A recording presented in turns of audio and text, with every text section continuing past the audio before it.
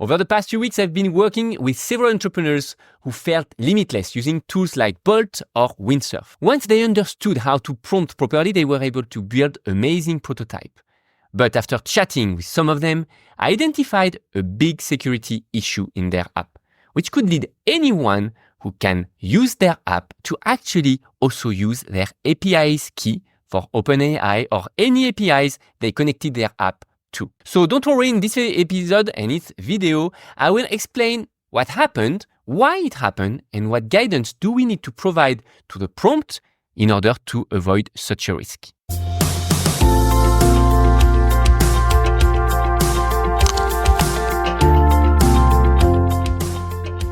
Hi, I'm Amaury, founder and CEO at MyCTOFriend, where founders come to learn how to build their tech startup. And with this Startup Snack series available on both podcast and YouTube, we want to share the essential to make it easier for you to build your tech startup. So yesterday I was coaching one of my clients, and one more time I realized that there are nowadays a lot of people who are coding amazing brand new app without any technical skills. The problem is that Windsurf, Bolt, or any AI coding tool are just focused on what you ask, not taking into consideration who is going to use the app and if the secret key that you put inside the app will be accessible by anyone or not. So to help you fix that security issue, you need to understand a little bit of software architecture.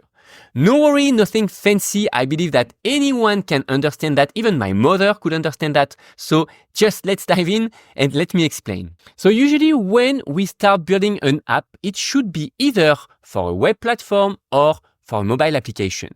And it can be both, of course. So that's usually what we call the front-end part of software development. So what is important for you to understand is that this piece of software is run on the user side, either on their mobile or on their computer. And in order for your app to work and for you to control the users and maybe the subscriptions and basically all the operations that you want to perform on your application, we usually put an online database that allows them to store their personal information as well as to access public data like product catalogs, for instance, or whatever options you would like to list on your app. And with recent technologies like Firebase or Supabase, it is possible to connect directly your application and securely to your users. And basically, we can have this type of link, and that's usually what Bolt or Windsurf will choose in terms of database connection. It is very, very convenient because you do not have to manage any server online. It's all provided by a cloud services like Google or the same, like it can be Microsoft Azure, it can be AWS. There are many technologies, but I'm going to come back on these technologies later. So this type of architecture works absolutely fine for many type of application until we need to connect some APIs with secret informations. If, for instance, you ask Windsurf or Bolt or any AI development tools to add a feature on your application, for instance, we want to provide an answer about specific things with ChatGPT. Good chances are that the AI tool will directly connect the application to the API service that you want to connect to. But the problem is that to connect to this app, your app to this API, you need to provide a secret key that usually is provided by your OpenAI services or your API services. And any request that is made with that secret key will be charged to the owner of that secret key. So basically, to you, the owner of the application. So if, for instance, a hacker or a pirate gets your app, just open it. It's going to get your app like a regular user, basically. If your app is online or on any store, any pirate can get that application as well.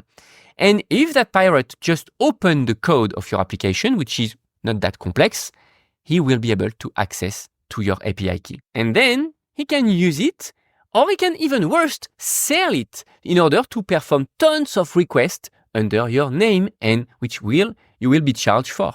So what's the solution, you would ask? The solution is actually to remove the secret key from your app and to put it in what we called in the backend. This is a piece of software that you control that will communicate with your app through an API and that will provide to the user only a limited access to your services. This is basically what the backend that will communicate directly to OpenAI or any API services that you want to use. And in that case, at no point in time, an hacker will be able to access to that secret key. So now you might wonder, okay, but how do we do that when we have no technical skills? The essential is actually to build your application with several components and mainly the backend component to ensure that your AI development tools will use it for critical requests. So if you want to integrate a backend on your application, you need to request the prompt on the prompt, basically to to Windsurf or to Bolt to integrate Firebase or Firestore.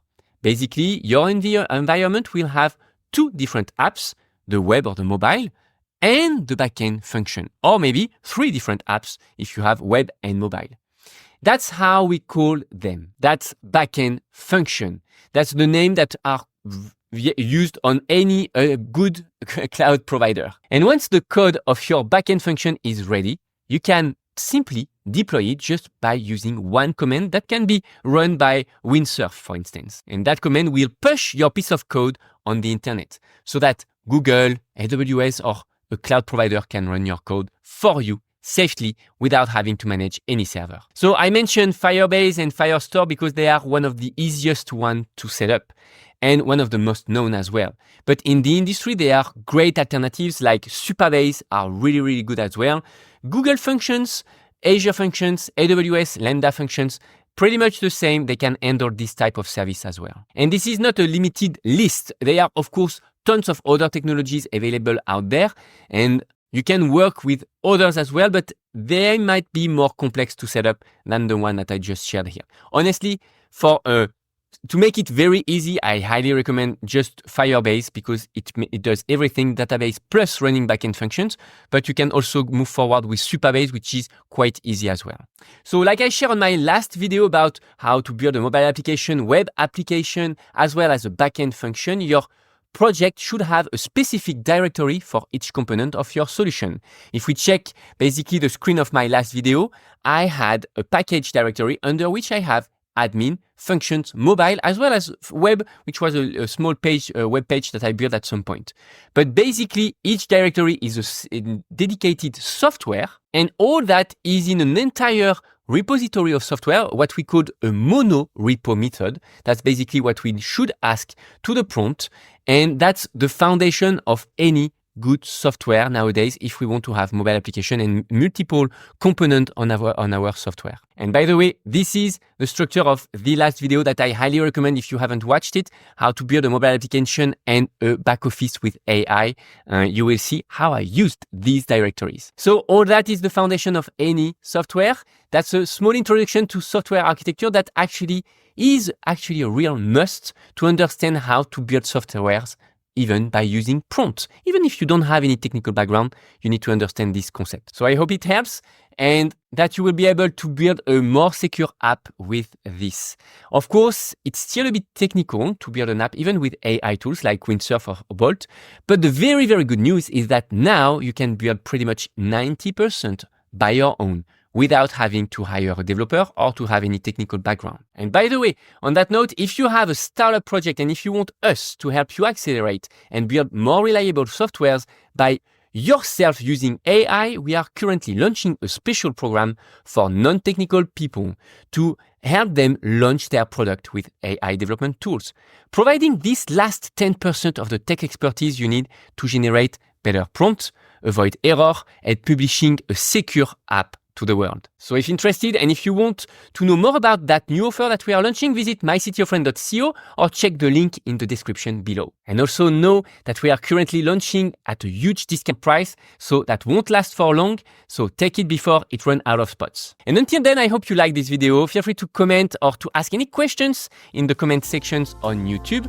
And I just basically looking forward to reading your questions and to answer it and to look and to basically put another video very soon out there. Bye for now.